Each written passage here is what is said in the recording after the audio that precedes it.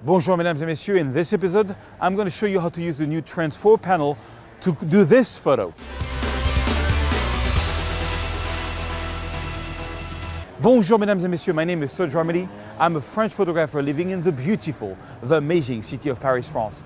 And I make 1 to 2 tutorials per week. This week Adobe just released a new panel in Lightroom, the transform panel.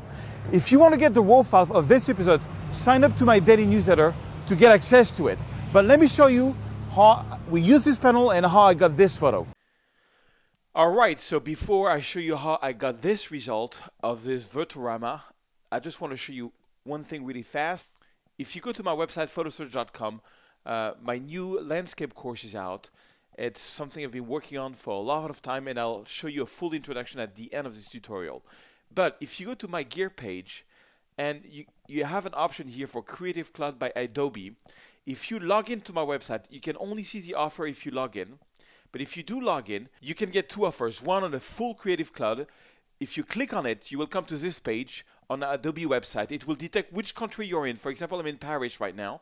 So instead of paying $59 per month, you will only pay $50.99 instead of $59.99.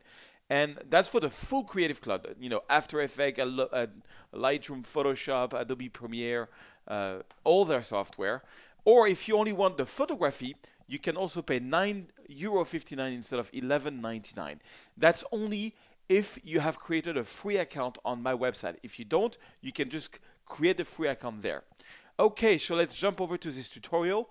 But before, let me show you a little video of how I shot this photo and how I framed it. So I'm trying to get a good framing of Notre Dame at sunrise. Nobody is there yet. But if I go here on the left, there is an ugly tent. And so I'm going to try to get one of these lamps, frame it so that I have one of these lamps as a foreground element, and the pigeon, the little Paris pigeon. So maybe taking two photos, like one like this and one like this. I might go down a little bit so that you see the light actually sticks out on the sunrise. So go down like this and up. And then I'm going to stitch them as a panorama, and I hope it's going to come out all right.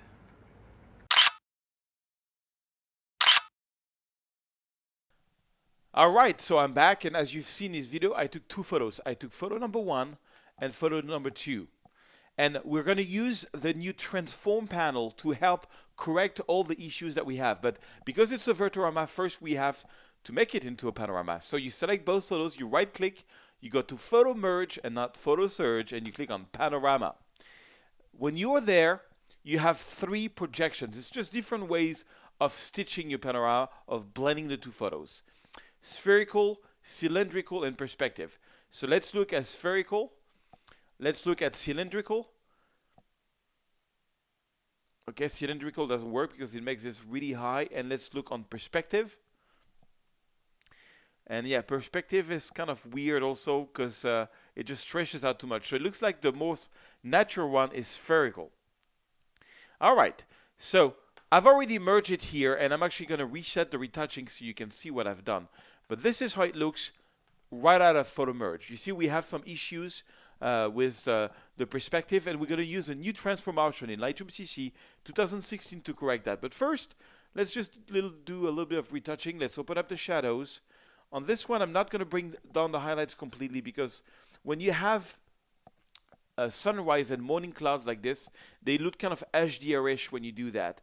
So sometimes what I do is I'm just going to back it down. I'm going to do my black. I'm going to add some black and some white. Something like this. You know, you can hold on the Option key on the keyboard, the Alt key, to make sure. I like on the Alt, on the black option to have about 2-3% of the photo pure black. Maybe it's a little too much on this one.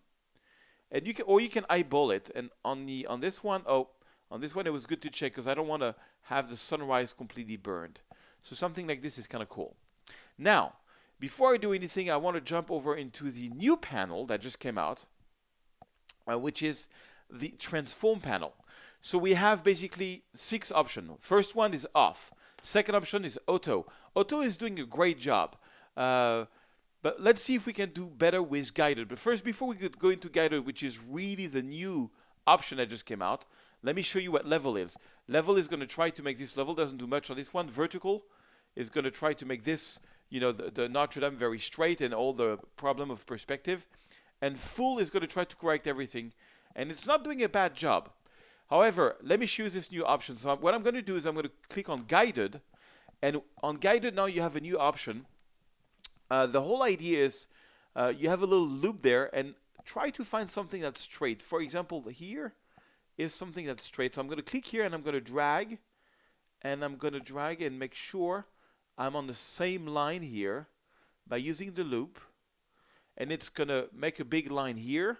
And I'm going to do the same thing here.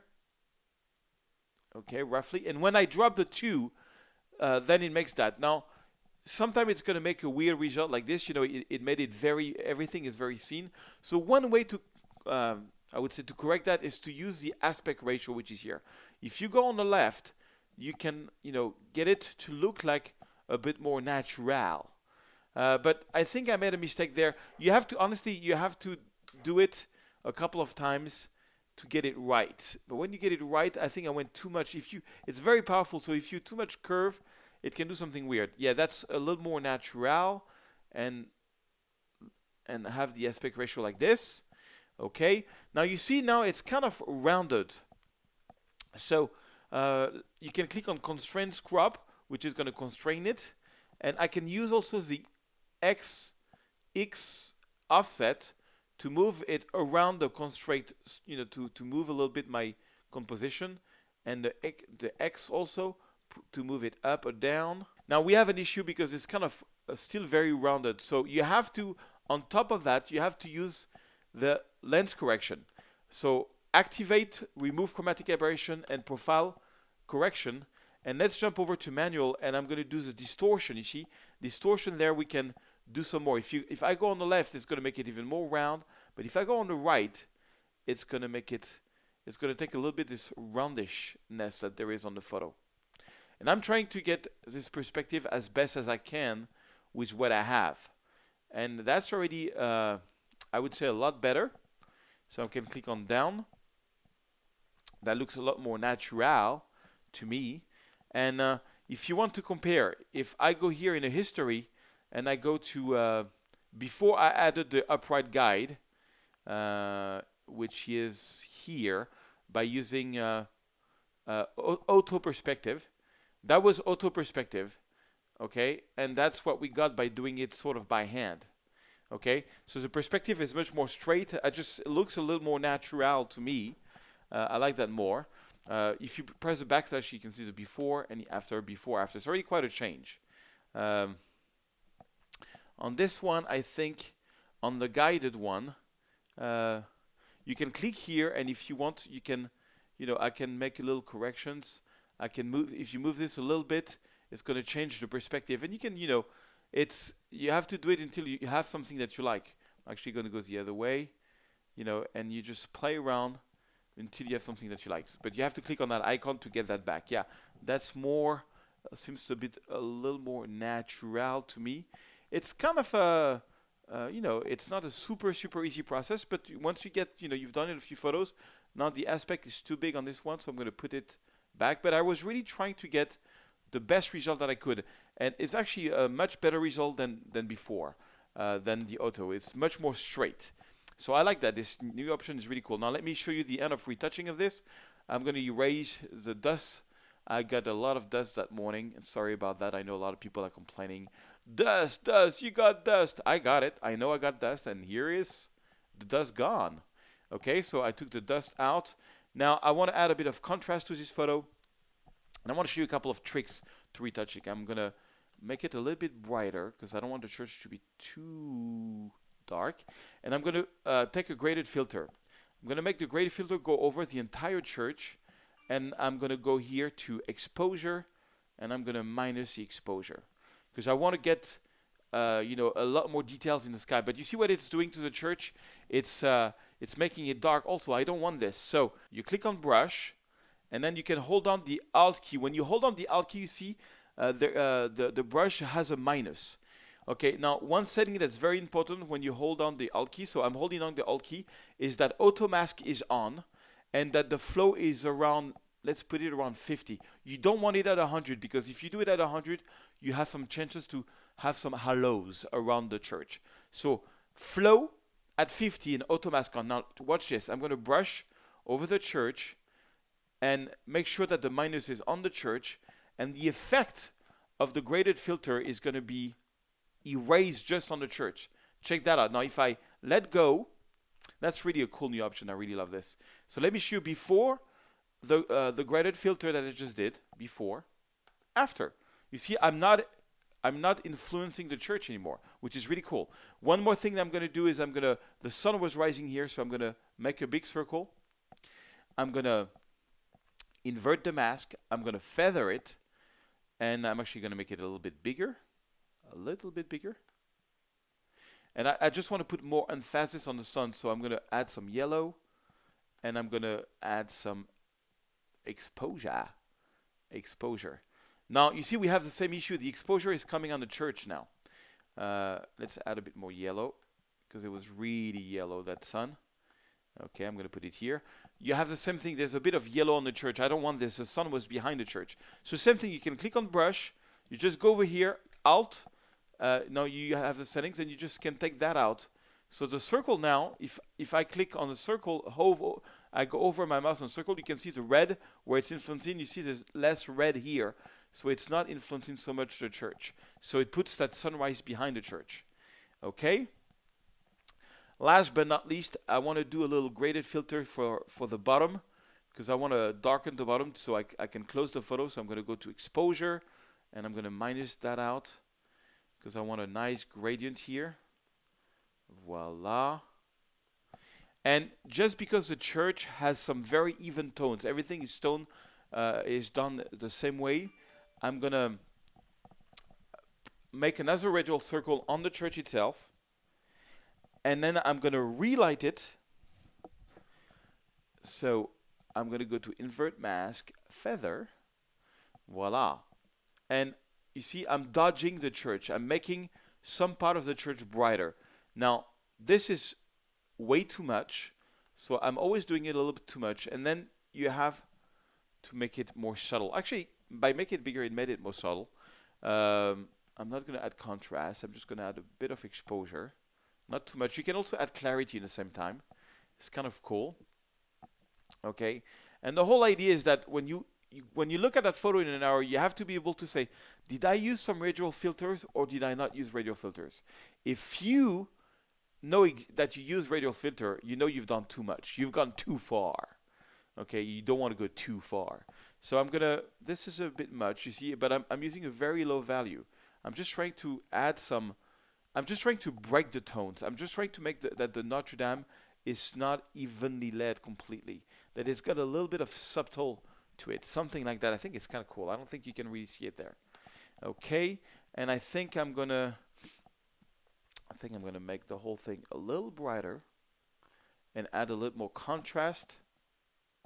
Now that's too bright.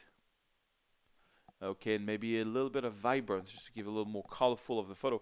It was a nice morning. I wanted it to be a nice color photo. And okay, see how sharp that photo is. I was really happy with the sharpness. So I'm actually going to give you the raw file so you can play around with it and see for yourself, and redo this at home, without being in the morning coming to Paris. So now noise reduction, I've got this good old formula that when I have a clean photo like this, I'm going to go to like 90. Something like this on noise reduction, not on noise reduction, I'm sorry, 10 on noise reduction and 90 on sharpening. Voila. Okay, now it's very sharp, and of course masking around 50. If you hold on the Alt key, the whole idea is that anything which is black is not going to get sharpened, so that's kind of cool. Now we got a very sharp photo. Okay, and that's basically / key to show you the before, after, before, after. Actually, the true before is this photo and this photo. And so I could not work with that photo because I wanted to have a little more ground floor. That's why I needed two photos. We call this a Vertorama, mesdames et messieurs. And I actually really love that photo. It's one of the best I've taken of Notre Dame at 6:30 in the morning when nobody is there. All right, so this is my landscape masterclass. Now this course is a completely new way for me of teaching. I've been trying to think how I can improve my tutorials so that you can get more out of it. And you know, I get a lot of emails every day, and the main thing that I'm getting is people sending me their photos and saying, "Oh, can you check them out? You know, I would love to have your viewpoint on it."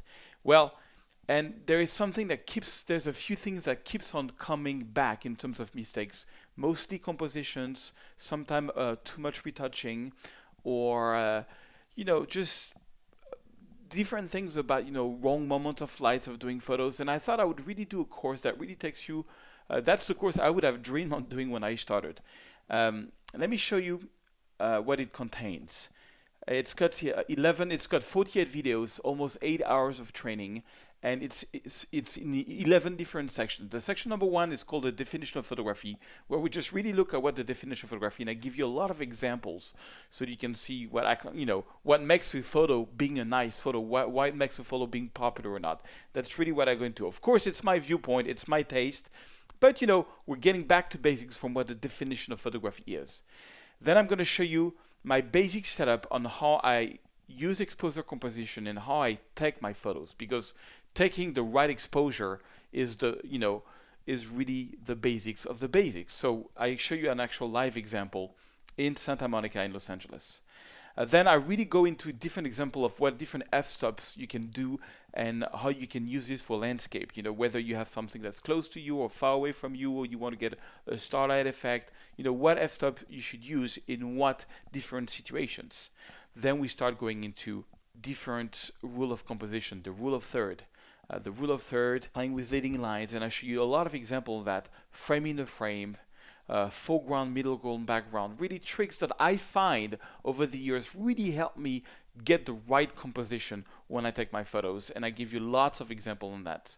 Then we're going to go and we're going to do some live example of composition where I'm actually showing you through my camera a lot of different examples of how I compose my photos, and then we're going to go into retouching them, and then I start really getting into the different types of the lights that we have, you know, how to make a great daylight photo come out with a lot of different examples. Daylight is really the worst moment to take photos, but there are some things you can do like black and white to really get some really cool daylight photos. Then we're going to do daylight special effects, because you know, daylight is often boring, so sometimes special effect is going to help them, you know, make them pop. You know, you got a great subject but it was shot in daylight. Well, I'll show you how you can, you know, do special effects to make that thing really pop, that photo really have a nice light despite the light was not that good. I'm going to give you a whole bunch of presets that comes for free with the course, and that's going to help you with your daylight photos. Then we go into shooting right into the sun, golden hour. How do you shoot golden hour? How do you set your camera for golden hour? How do you retouch golden hour? I'm going to show you an amazing app. I did a full tutorial on photo pills. It's a great app which you can use to find when is the sun going to be where exactly. If you want to plan a photo and you want to get the sun between two buildings or above a specific bridge, well, you can use this app to find out which time of the year that's going to be. Super useful app, amazing app, Photo Pills. Then we get into the sunset. You know, how do we use our camera to capture the sunset properly? How to get a right exposure and how to retouch sunsets. I'm going to give you a lot of examples. Blue hour can be amazing. Same thing, I'm going to give you a live example of blue hours photos, how I frame them, how I retouch them. Different things, how to get a very natural look on the blue hour. Then I'll show you a really cool app called Salt that I use every day to find when is the right time to shoot photos. Then we're going to go into HDR, and this course has a lot of HDR. I've completely updated my HDR workflow, and I'm going to show you how you can use HDR FX Pro, which is free, to get some really cool HDR. I'm going to show you how to set up your camera. I'm going to show you how to use HDR FX Pro on 3 different projects. Then I'm going to show you how to use Aurora HDR on 4 different projects, which I think is the best HDR software out there. And then all the photos we did in HDR, I'm going to take them back in Lightroom and make them a natural version of it, so I can compare the HDR version with the natural version. Then we're going to go into one of the most powerful technique there is for landscape for a natural result is digital blending, and you know how to blend different exposures to get the photo you really want to have. Give you 2 examples on this. Then I'm going to do a lot of live examples of shooting for long exposure using ND filters in New Zealand, in Paris, and in Venice. How I've been using this to, you know, get some cool long exposure effects and how to retouch them. We're going to go into super long exposure, 5 to 8 minutes exposure. How do you do long exposure when you don't have a filter? How to properly shoot a panorama, how to hold your camera to make a great panorama. And then we're going to go into different types of retouching of panoramas, including some of my most favorite panorama ever. Then I'm going to show you a whole workflow on how to do astrophotography, how and where to find the Milky Way exactly, how to do your camera settings, and then we're going to do different astrophotography projects together, shooting the Milky Way. All this, of course, comes as usual with source files, but the big new thing about this course is that I have a checklist. What the checklist is going to give you is two things. It's going to give you a sequence of study, how do you go from easier to more complex projects, but also it's going to give you assignments. I'm going to ask you to go, okay, now you learn about long exposure, go do a 5-second long exposure, a 20-second, a 30-second using an ND filter, a variable ND filter, a fixed ND filter, and then I'm going to ask you to post your photos on Instagram with a specific hashtag so that I can see your progress and how you're applying the videos and how you're learning, but also so that you can look for these hashtags and see how everybody else is doing, and doing their long exposure and doing the SDR, so you can check for the hashtags and see what other students are doing. Also, and that's not out yet, but next month I will be taking under my wing 20 to 25 photographers using this course on a special one-to-one project where I will ask you to send me the photos you've been taking as part of this course, and I will coach you on them, tell you if you made it or not, and at the end you can graduate from it. For now, this will be limited to 20 to 25 photographers, and I'm going to talk about this next month. If you're interested, you can always send me an email on my website, and there is already a waiting list for that because it's only limited to 20 to 25 photographers on the planet for now, where I really want to coach you through this course. And at the end, you're going to get an actual diploma where you graduated from the Landscape Masterclass. And once you graduate from the Landscape Masterclass, you can come to a special Facebook group where I will be doing career coaching every week with a different photographer. And you can see how I coach them because I will be recording the videos. But this will be only for the people who graduated this course. So stay tuned for that. That's not out yet. But the course is out. You can purchase it and you can start getting into it. And, I really think I did the best course I ever did because I give really a lot of examples from shooting to retouching on gradients, from easy project to harder and harder and harder. This is all I know, guys. This is all I've learned in 12 years. My work is in 85 galleries around the world. I've done 2 fine arts books. I'm doing a 3rd one now. There are pretty bestsellers around the planet. And I'm not saying this to show off. I'm just saying this. I've had a success with this. I've seen over the years things that work and things that don't. Well, I'm going to share you all my secrets, all the things that works. I'm really excited about this course. If there's only one course you ever want to buy from me, it's this one, the Landscape Masterclass. All right, guys, see you in one of my training videos.